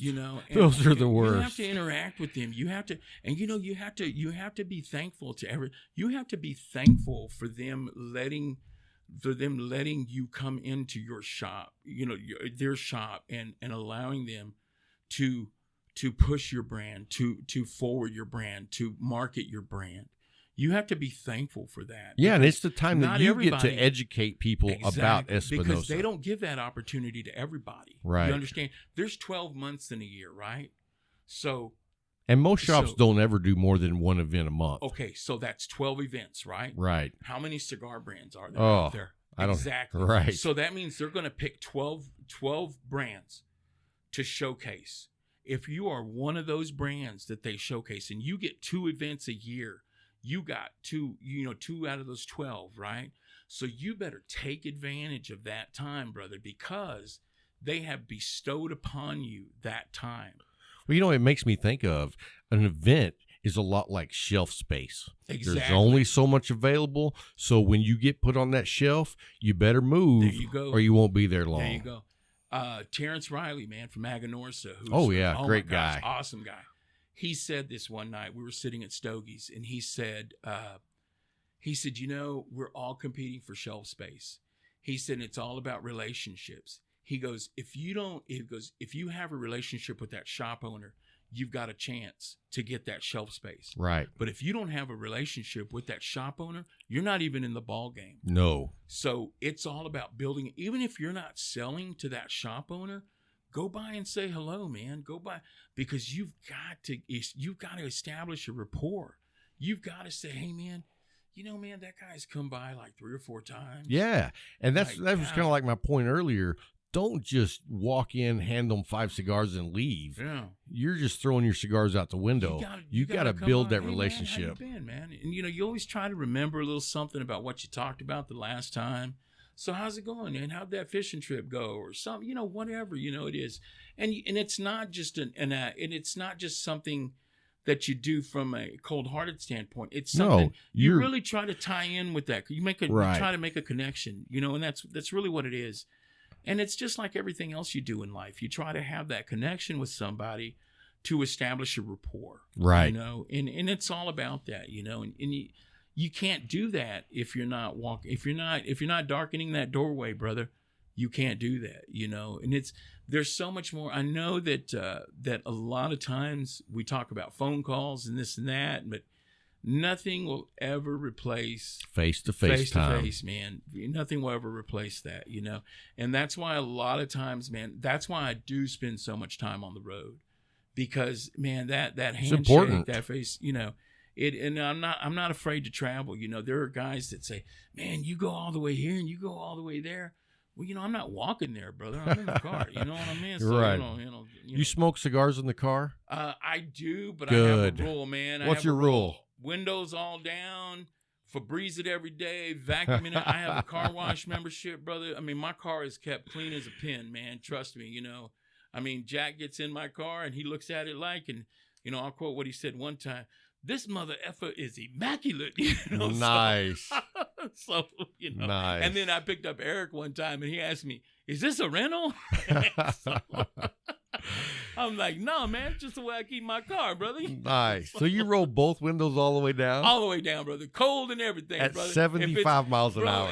That's right. If it's cold, you put a jacket on, you put a hat on, you got to commit, brother. If That's you want hilarious. that leaf in the car, you got to commit to it, brother. See, when I'm smoking in the car, my windows cracked about no, that. no, not me, brother. Passenger and driver all the way down, brother. You got to, you put your hat on, you put your gloves on. Not gloves, but you put your hat on, you do it everything, brother. And let me tell you something. You will look cool as a fan, brother, driving down the highway during the cold. And let me tell you guys, you got to go by and see Big Tony on his Facebook page, on his Instagram page, because he has the coolest hats of anybody I know. He got out of the car today and didn't have his hat on, so I was like, oh, he's not wearing a hat. And then he put it on. I was like, there it is. Man. There you go, man. Got to have that fedora, baby. Got to have that fedora, man. So. Well, hey, man, before we go, tell everybody where they can find you on social media. Well, I'm at Tony Gomez on Facebook. Okay. And then you'll see me at, with the Espinosa banner behind me.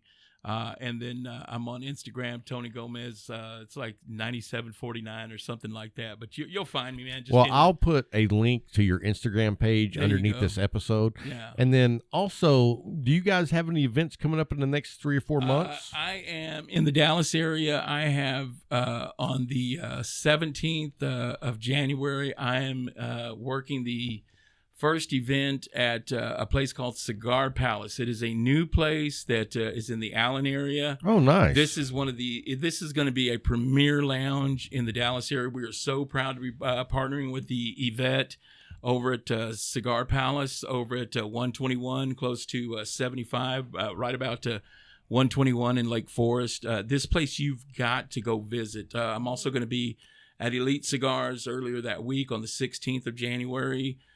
In the Addison area. Everybody knows about that place. I'm going to be at Tobacco Cabana over at January 21, right before TPE. We've got some other stuff coming up in February. So the one in Allen, when is that one? That is going to be on the 17th, brother. What day of the week is that on? That's going to be on a Friday night. Okay. Friday night. So, and this place, Cigar Palace in the Allen area, she is setting the bar. Really? I mean, it is a beautiful cigar lounge. Nice. I mean, she spared no expense. Has a beautiful bar, pool tables. Well, when next time you see her, let her know that I want to come do a show at the location. Absolutely will, and they will welcome you with That'd be open awesome. arms. I'm sure because she is trying to get the word out as much Sure. as she can. She's a great person. We met at we were talking a little bit before IPCPR, and then they came over to the booth and we met and. We kept track of each other, and then when they put everything together, we were the first brand in. Oh, nice! Yeah, so we are looking forward to some good days with Cigar Palace, like I said, over in the Allen area and the Dallas-Fort Worth area, our cigars are all throughout the state. You can hit me up on private messenger anytime on Facebook, man. And let me tell you, and forgive me because I don't remember the name exactly, but the Espinosa, Connecticut is the bomb. Oh man, Espinosa. Well, that's what it is. The Espinosa, just crema, Connecticut. The crema. Okay, yeah, the crema. That is we a got the great crema. Connecticut. Yeah, we've got right now. What's riding high for us, man, is the War Zone that's distributed by General, which I've already finished, and it was fantastic. The Habano No. 4, which is the ranked number 11 on Cigar Aficionado. And I love that one. Exactly, man. That was I think that was the first one I smoked from you guys. Okay. And then we've got the Warhead No. 5, which is the Connecticut Broadleaf Maduro wrapper that we have on that. That's like our yearly release, So we've got those out there. And the 6th Province is out in stores at some shops, That's a limited release that we do with the big fancy box, the Cuban style. Beach House box, but yeah, we've got some great things happening right now. So please, take advantage and get out there and get you some Espinosa. Hit me up anytime on Facebook, day or night, man. My phone is always up for any type of Espinosa. Yeah, jazz. me and Big Tony will communicate sometimes at like 8:00 at night, sometimes at 1:00 in the morning. Exactly. Just never know. Rob, you know what? Yeah, I see Rob's green dot on all the time, bro. I So, never stop, dude. I know, neither do I, bro. I'm always up watching. My TV habits are like crazy. Well, you know brother. what's funny is yeah. I got my TV in here, so I'm out here smoking, Oh, man, working, you know, watching whatever I can. I'm a night owl, brother. So mine are all over the place, bro. I'm doing laundry. I'm doing all kinds of stuff, man. When I'm getting ready to go on the road, I'm doing whatever, I mean, Now, when do you go home? Are you going home today? I'm going home today. Oh, okay. And then I'm regrouping and I'm heading back out to Oklahoma here in the next few days. So, Nice. Yeah, so All right, man. Well, hey, we appreciate you coming all the way down to Abilene to do the show. not a problem. Man, My pleasure. We've been wanting to have you on for a while, and it's been a pleasure. It's always a pleasure to see you, hang out with you, and smoke. Likewise, and so, brother. Igualmente, compadre. Yeah. So Hey. there you go. What'd you say? Just smoke it, baby. There you go. That's right. Espinosa every day and just smoke it, baby. All right, man. Have a good trip back, and we'll talk to you soon.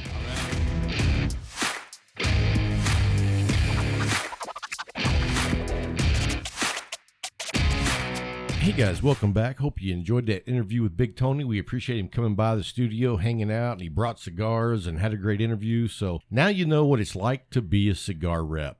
I don't know if I could handle it, man. On the road 3 weeks out of the month, that's tough. That's dedication. I bro. mean, maybe if I was 21 again, but Yeah. at my age now, that does not sound like something that I would be good at. Yeah, because Mama wouldn't allow that. Yeah, anyway. yeah, for sure. So, hey, let's talk for a minute about what just happened on December 23rd. Yeah, talk about that. So, a bill was passed and signed by the president, and part of that bill had in it, now we can only allow 21 years old and up to smoke cigars.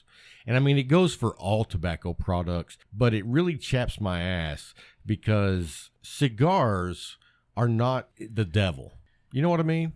I'm trying to figure out when 18 to 21 became an age group that could not handle tobacco. Well, When did that we happen? were talking about this at Pops the other Yeah. night, and Amanda said, because I said, I can understand the alcohol because you're impaired. Yep. And it makes you do things when you're impaired that you normally wouldn't do. But is correct. she made the point, either you're an adult or you're not. Tell the truth. So you should be able to drink if you're an adult. You should be able to smoke cigars if you're an adult. That's correct. So all that to say is, man, I feel bad if you were like 19 and you were enjoying good cigars and now you can't. You were enjoying good cigars, and then your Christmas present became you can't smoke them anymore. Yeah, and I mean it was How like bad is that? and it was like done under the table. Unknown. I mean, we didn't know nothing about it. Yeah. In fact, I didn't know about it until December 26th. That's crazy. And I was just like, what the hell? That's So anyway, that leads into protect our rights Yes, now. again. Go by the website for Cigar Rights of America. If you're not signed up, you got to go sign up. I mean, they're going to chip away at our cigar rights little bit by little bit by little bit. And it's perfect how you say it, chip away, because that's exactly what they're doing. They're just chipping a little bit by little bit, and the next you know, they're going to take a hunk. Well, it's like boiling a frog. You put him in the cold water, he's fine, but you don't just crank up the heat. You just add a little heat at a moment, and then he doesn't notice until it's too late. That's the same way we are with cigars. Yeah.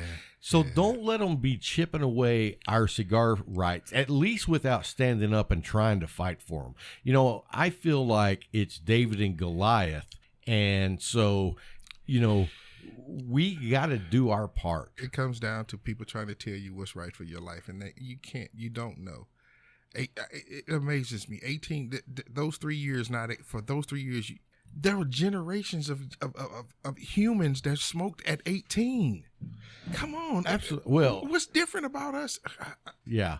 Well, and I was thinking about all the things that it's crazy to me because the government had no problem allowing coal miners to go down in a hole and breathe and breathe coal dust for 40 years. Yeah. Or even asbestos. The same thing with asbestos. You know what I mean?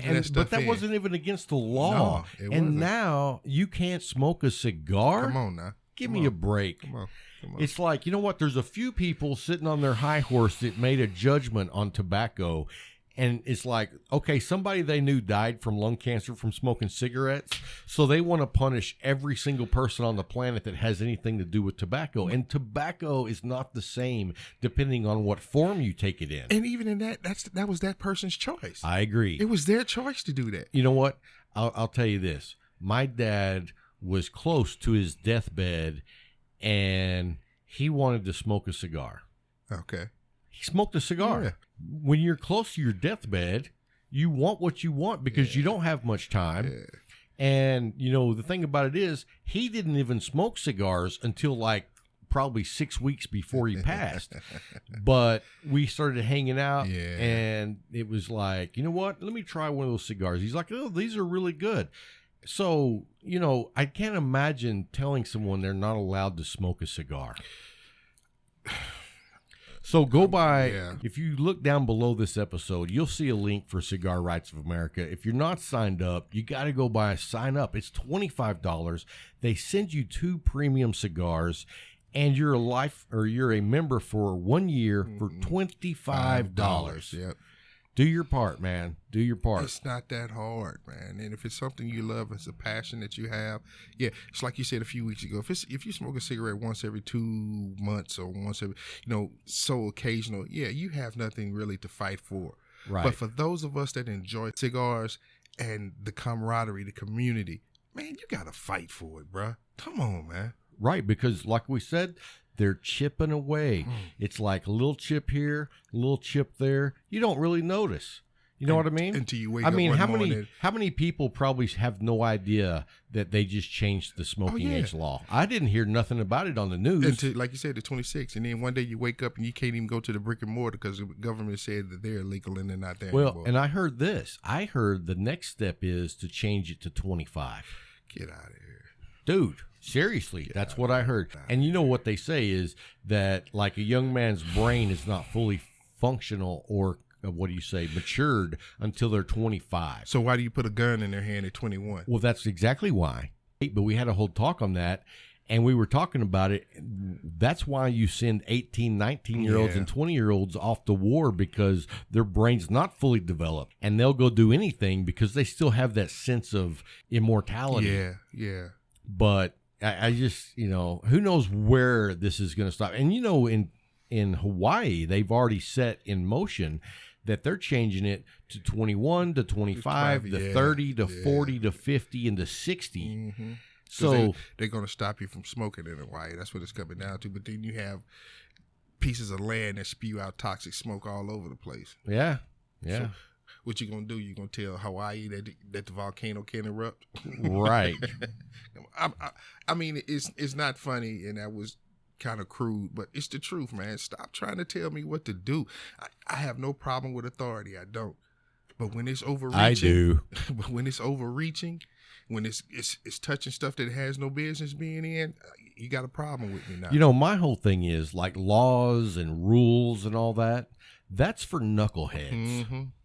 Because there's rules for those people who can't make decent decisions. Tell the truth. But all the other people, it's like, well, just let me decide what I need to do. I mean, if you're that guy standing in a corner hitting yourself in the head with a hammer, you need some rules. But for the rest of us, let us decide what we want to do. This is prohibition all over again. It really is. All right, man, well, it's come to that time for the weekly giveaway. Yes, sir. And so last week we started doing something new. Yes, sir. You've got 6 days from the time this comes out to contact us. So if you hear this episode the following Sunday at 1800, 6 p.m. Central Standard Time, you have to send us an email and say, hey, man, I heard I was the winner. Here's my address, and we're going to send you the prize. That's how easy it is. Tell them how to register. All you have to do is go on the website, man. When you register once, you registered for all.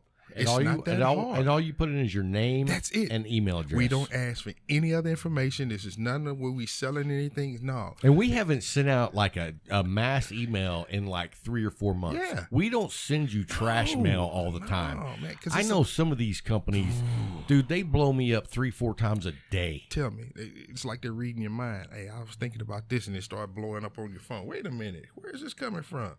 But not us. It's just that easy. Just your name, your email. That's all we need. If you sign up once, you signed up for everything. And Right. when you win, it's just like you said. You got 6 days from Monday to Sunday to get in contact with Rob. Let him know. Give him the correct information so we can send it out. And then once you receive it, send us pictures. Send us a picture, hold it up, saying, I was the winner, and we're going to create a web page that's just our winner page. Yes. And that way we can post pictures of all you guys who have won. Yes. This week, we're giving away a Hireman Solomon 4-pack. And the winner is? Go for it. Thomas Whitaker. Thomas Whitaker. That name Whitaker sounds like a scary movie name. Whitaker. Hey, well, congratulations, Thomas. Yes, sir. Hope you enjoy those. Make sure you send us an email before Sunday at 6 p.m. Central Time. Central. Let's talk about the ambassador program Most quick. definitely. I don't know of another company that has ambassadors that treat their ambassadors the way McAuliffe does. There's no company, not just in cigars, but I don't think in any form that listens, interacts, and treats their consumers the way that McAuliffe does. I agree. The ambassador program is the perfect marketing tool to show how true your company is to its consumers. Absolutely. Because they listen, they interact with us, man. They get on there, Dan will get on there 1 million times a day, and it's not just a cookie cutter response. He's talking to you, man. He's talking to you. And let me tell you, I can't tell you this. I can't tell you the information that I'm going to tease you with. Uh-huh. But when they were telling me at the lounge the other night what they were having some different thoughts of some of the giveaways, trust me, if you're not an ambassador, you're going to want to sign up. I can't even tell you anything other than that. All I can say is, holy schmoly. And like I explained last week, even if your brick and mortar doesn't have them, you can still go on our website, sign up to be an ambassador. You can put the information out on the on the Facebook page. And let Dan them know. Yeah. But they'll get in contact with Yeah, your brick because and once mortar. you become an ambassador, you can join the Facebook group. Yes. And then you talk directly to the president of the company. He's on there at least 7 days a week. Yes. I'm like, dude, I don't know when you sleep. But all seriousness, you're going to want to sign up because you become an ambassador. They will help get the McAuliffe line to your local shops. Yes, they will. And on top of that, I had somebody contact me this week and was like, hey, man, I can't find the medallia. And I sent a message to Dan. And then I said, call Jay at the Leaf. Jay will take care of you. Sure will. And he did. Sure will. So if you guys ever need some special cigars that I can help you with, feel free to reach out. I always help people find cigars. Most definitely. Well, hey, guys, we're getting ready to do the after show for the Patreons. That's how we show our appreciation for those guys. They've made a huge difference on the recording equipment that we use every week. And so we're very appreciative of them. So after each show, we do the after show where me and Bryant just hang out and smoke cigars and talk trash. And then we talk about those, loser 49ers over there in San Francisco. I'm just joking. Don't get on your high horse. I don't need to hear it. I know you are kicking ass. And the Cowgirls. You said Cowgirls? I said Cowgirls. Hey, they've taken the pants off and put the dresses on. I hear you, bro. One thing I can say about you, you are honest about you. Hey, you don't drink the Kool-Aid all the way. I don't even taste a drop of the Kool-Aid because you know what? I've been there. Yeah. I've drank the Kool-Aid. Because whenever Jerry Jones brought Parcells in, you really drank it. I was like, I'm drinking it by the gallon. I'm like, we're back, baby. We are back. And what happened? And then he brought Terrell Owens in and said, Parcells, you're not really running this team. I'm running this team. And so until that changes, I'll never drink the Kool-Aid again. But my luck, Jerry Jones will outlive me. Yeah. That's how it is. Yeah.